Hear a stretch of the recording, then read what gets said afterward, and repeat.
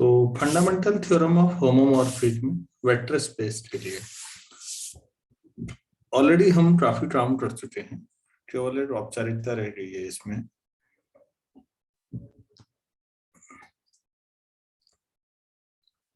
Fundamental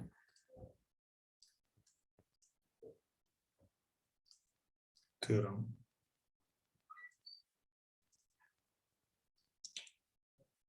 of homomorphism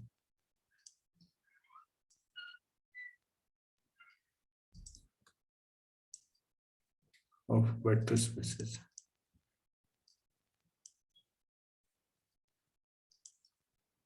तो सुबह ring theory में काम किया था, अभी लीनियर अलजेब्रा में काम करना है। काम एक ही है, कोई नया काम नहीं है।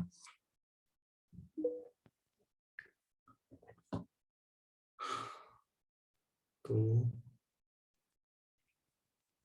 रिकॉल कराता हूं मैं। सुबह हमने ये पढ़ा था, आपके पास एक वेक्टर स्पेस है, मान लेते हैं ये वी एफ है और ये यू एफ है, और एक लीनियर ट्रांसफॉर्मेशन है टी। टी जो है लीनियर ट्रांसफॉर्मेशन है, ठीक है। तो ये ऐसा है, टी वी एफ से यू एफ में है, लीनियर ट्रांसफॉर्मेशन है, और बेसिकली ऑन टू भी है, मतलब ये ऑन टू होमोमॉर्फिज्म है। अगर आप कभी भी ऐसा कर पाए तो एक सेंस जाता है, सेंस उस पर गौर करिएगा। ऑन टू मैपिंग का नॉर्मली क्या मतलब होता है, पहले ये समझिए।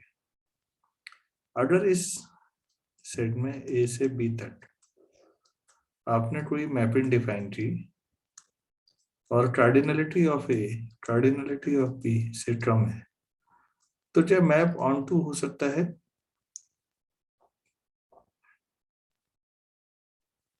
No sir.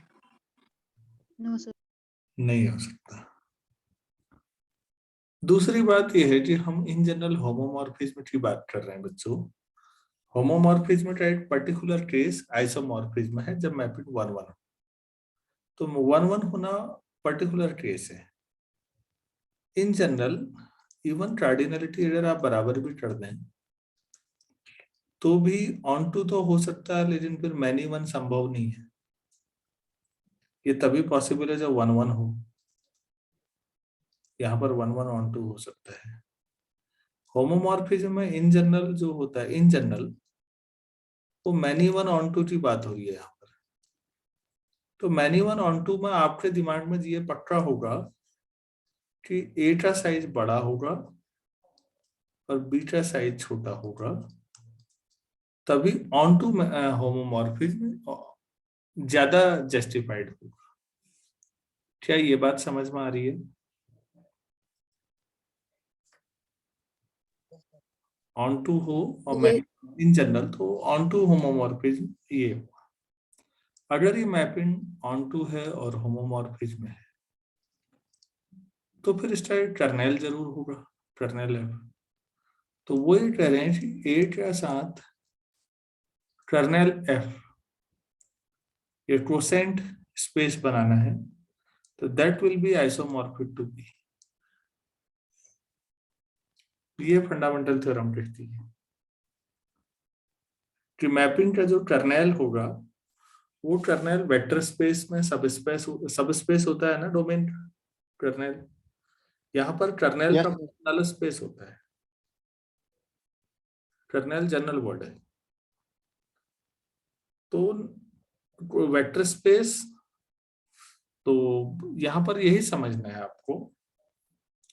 अगर ऑन टू होमोमॉर्फिज्म है तो कर्नेल कहीं ना कहीं ए बाई कर्नेल एफ जो ये आप डिफाइन कर रहे हैं ना, नया ये लेफ्ट साइड वाला ये नया स्ट्रक्चर, ये बेसिकली ऐसा लगता है जैसे कर्नेल एफ ने डिवाइड करके इसका साइज घटा दिया हो, और अब ये जो नया स्ट्रक्चर है ए बाई कर्नेल एफ, ये जो है ये बी के साथ बराबरी का रिश्ता जोड़ने लगता है, तभी तो आइसोमॉर्फिज्म आता होगा।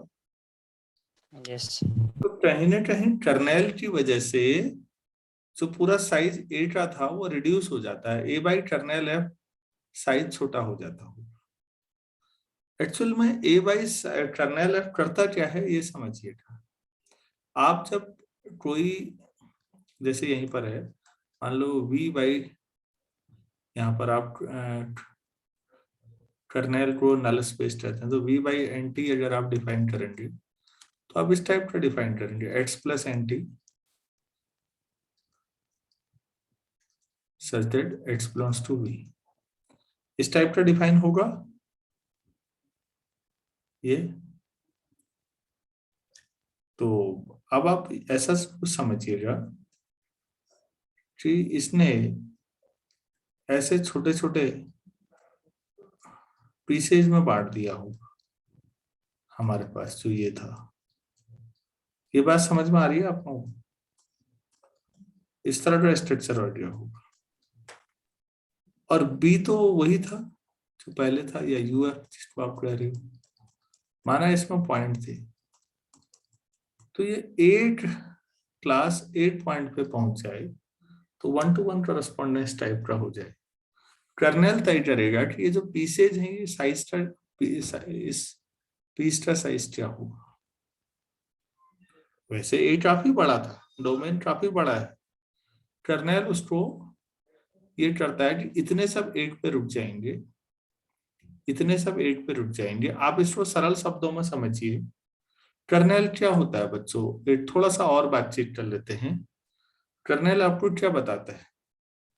माना ए की कार्डिनलिटी 200 है, ठीक हो गया, और कर्नेल एफ में 5 एलिमेंट है,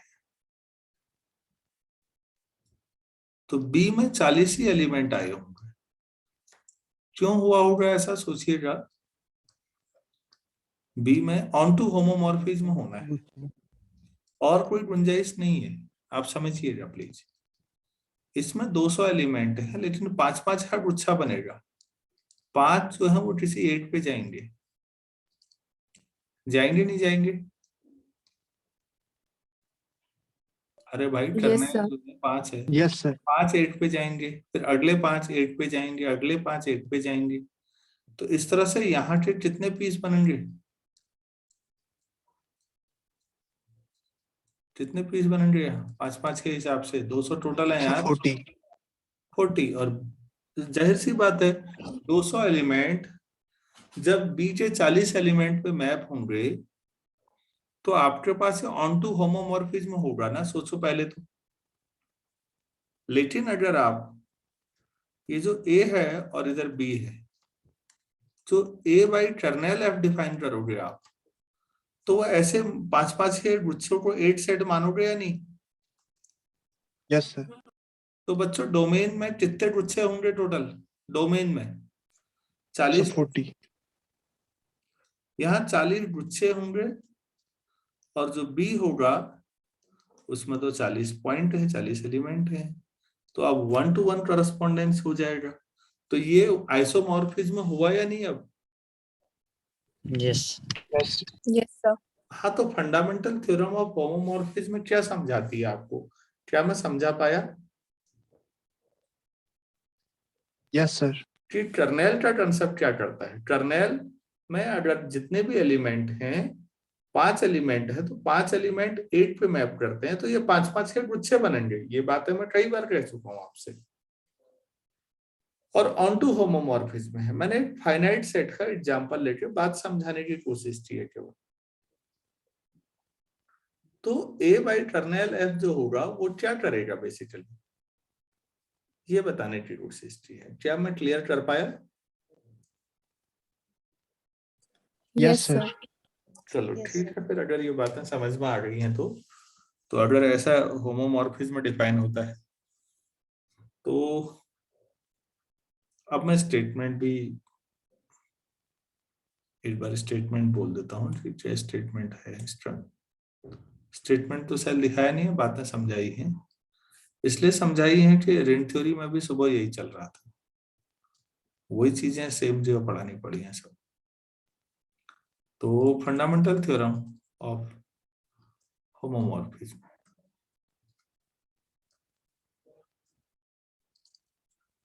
ये वेक्टर स्पेस के सेंस में है। If T is a linear transformation to UF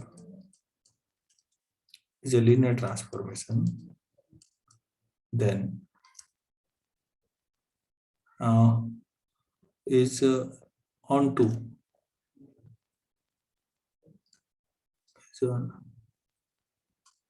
linear transformation। अगर ये onto भी है linear transformation मतलब होमोमॉर्फिज्म, तो फिर V और kernel T will be isomorphic to U। U बस हो गया, इतनी सी बात है। तो ये हो चुका है या नहीं? कल ये बताइए, कल जो मैंने लास्ट में कराया वो यही तो था। Yes. कल की जो थ्योरम थी हमारी वो यही थी, समझा रखा था। कर्नेल टी आपके पास सब स्पेस होता है, ये आ गया था। कुछ इसके एप्लीकेशन बताऊंगा मैं आज इस थ्योरम के, कुछ प्रैक्टिस कर लेते हैं थोड़ा सा। हमने ग्रुप थ्योरी में भी किया होगा, फिर कर लेते हैं। थ्योरम है, if A and B are two subspaces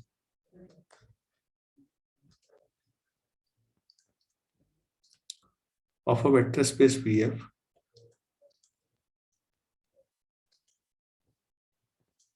of a vector space VF, then A plus B ये एक साथ होगा। तो एक साथ होगा तो तिरछा लिखने में दिक्कत है, ब्रैकेट लाने में और भी बड़ी दिक्कत है। तो A plus B by A कर देते हैं, that will be isomorphic to B by A intersection B। ये प्रूफ करेंगे हम। तो इसमें सबसे छोटा जो है वो कर्नेल प्रूफ करना आसान है, तो हम ऐसे डिफाइन करते हैं, let us define A intersection B ही सबसे छोटा है, तो मैप फिर हम B से शुरू कर देते हैं A plus B by A में। such that T B का कोई एलिमेंट ले लेते हैं B, तो इधर किस टाइप का होगा, B plus A कर देते हैं, where B belongs to B। ये मैप। तो इसे क्या प्रूफ करना है बच्चों? अब इस मैप को पहले क्या प्रूफ करना पड़ेगा? B is onto homomorphism to A plus B upon B। Onto homomorphism. अच्छा, ये जो राइट साइड में B plus A है वो एलिमेंट जो होगा वो राइट साइड में ही होगा, इसमें कोई डाउट तो नहीं होगा? No sir। क्योंकि जीरो अगर A में लेते हो और B में लेते हो तो 0 plus B किसमें आ जाएगा? A plus B M। में, मतलब जो B है वो A plus B में आ जाएगा। ठीक है, तो अगर B A plus B में है तो B plus capital A plus B upon A में आ जाएगा। ठीक है ना, उसका एलिमेंट होना जस्टिफाइड है। Yes sir। अच्छा, होमोमॉर्फिज्म के हिसाब से देखिए आप। नाउ लेट दो ले लेते हैं B1 और B2 B में, तो फिर T ऑफ B1 डेफिनेशन से B1 प्लस A और T ऑफ,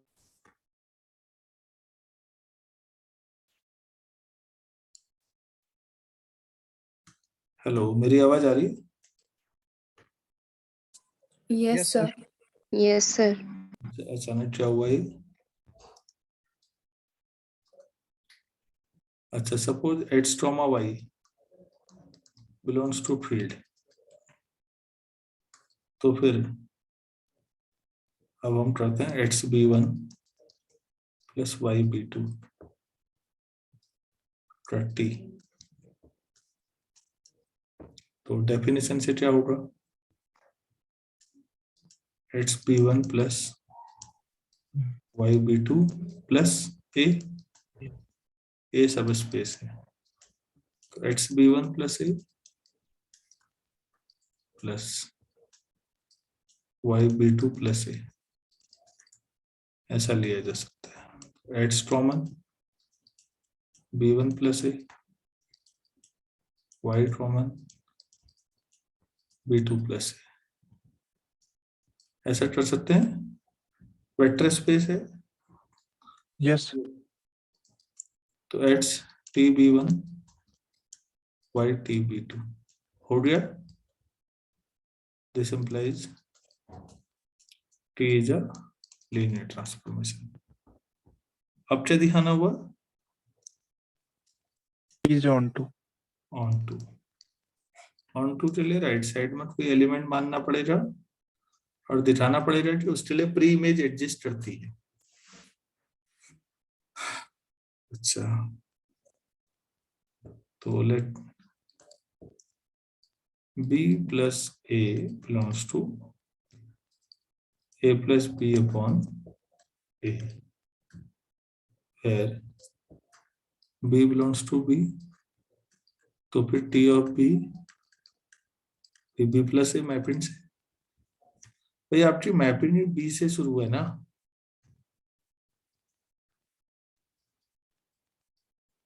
B से शुरू है, तो फिर अगर कोई भी एलिमेंट आप लेते हो तो उसमें B किसमें है, आपको डिफाइन में ही करना पड़ता है, जबकि आपने B प्लस से राइट में लिया था और B में है, तो प्री इमेज आ गई या नहीं आई? Yes. Yes. So T is onto, ये भी हो गया भाई। T ऑन टू होमोमॉर्फिज्म है, तो फिर so by fundamental theorem of homomorphism क्या लिख सकते हैं हम? B by kernel B is isomorph. Fundamental theorem of homomorphism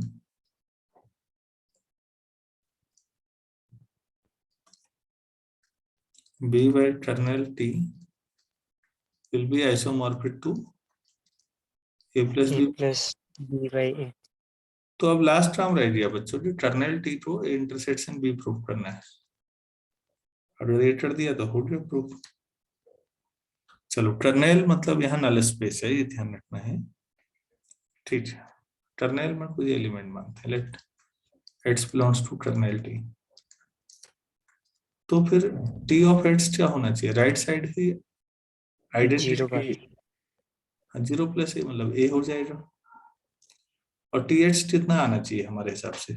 X plus A equal to A, तो इसका क्या मतलब हुआ? Sir, X belongs to A. X belongs to A, ठीक है ना? अच्छा, जो कर्नेल है वो डोमेन का सबसेट होना चाहिए ना? Yes. डोमेन क्या है? B. Since kernel T is a subset of domain, domain क्या है? B. This implies, तो कर्नेल में जो कुछ होगा वो B में भी होगा, तो X belongs to B हुआ या नहीं? Yes. तो X belongs to A intersection B। अब इसको रिवर्स भी चलाते हो तो भी कोई दिक्कत नहीं है ऐसी। सो कर्नेल T क्या प्रूफ हो जाएगा? A intersection B। So B by A intersection B, that will be isomorphic to A plus B by A। ये रिजल्ट बच्चों ग्रुप थ्योरी में भी है, ये रिजल्ट रिंग थ्योरी में भी है, ये रिजल्ट यहाँ भी चल रहे हैं। बस हो गया, क्लियर है?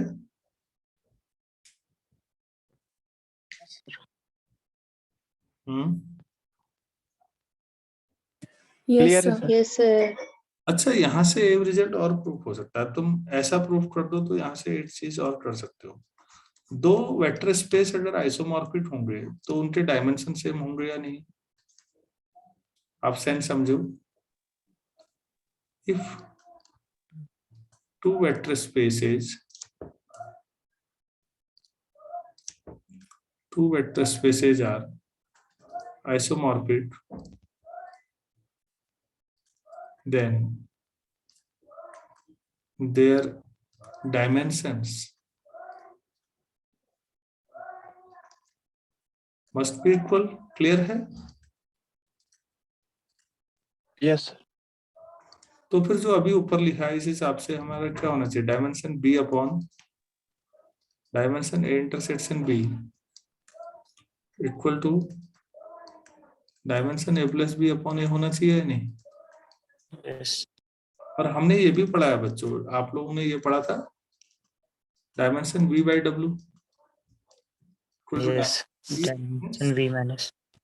डायमेंशन w कोसेंट स्पेस में ये प्रॉपर्टी पढ़ी है आपने। तो Yes. इसमें क्या हो जाएगा, dimension b minus Dimension A intersect b equal to dimension a plus B minus dimension A. क्या प्रूव हो रहा है यहाँ से, याद आ रहा है? Dimension a plus B equal to dimension a plus dimension b minus Yes. Dimension A intersection. Intersection. ये रिजल्ट आप फंडामेंटल थ्योरम ऑफ होमोमॉर्फिज्म की प्रॉपर्टी से भी कर सकते हैं बच्चों। ये दो अप्रोच हो गई। अब हमने जो पहले किया है वो फंडामेंटल जो सभी लोग करते आ रहे हैं, वेक्टर स्पेस में ये थ्योरम प्रूव की थी हमने। ए इंटरसेक्शन बी का बेसिस लिया था, एक्सटेंशन थ्योरम से उसे बढ़ाते गए,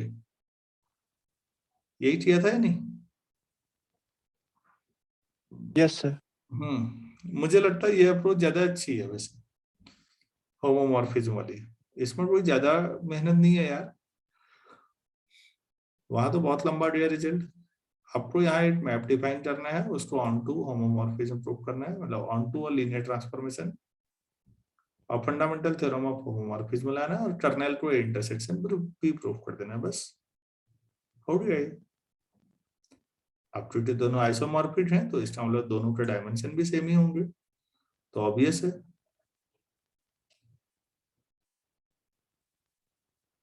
तो समझ में आया कि नहीं आया? आगे Sir. आगे Yes, sir. अच्छा चलो ठीक हो गया फिर। तो इस क्लास को यहीं पर रोकते हैं, और अब 5 मिनट के बाद फिर जुड़ते हैं बच्चों 4:30।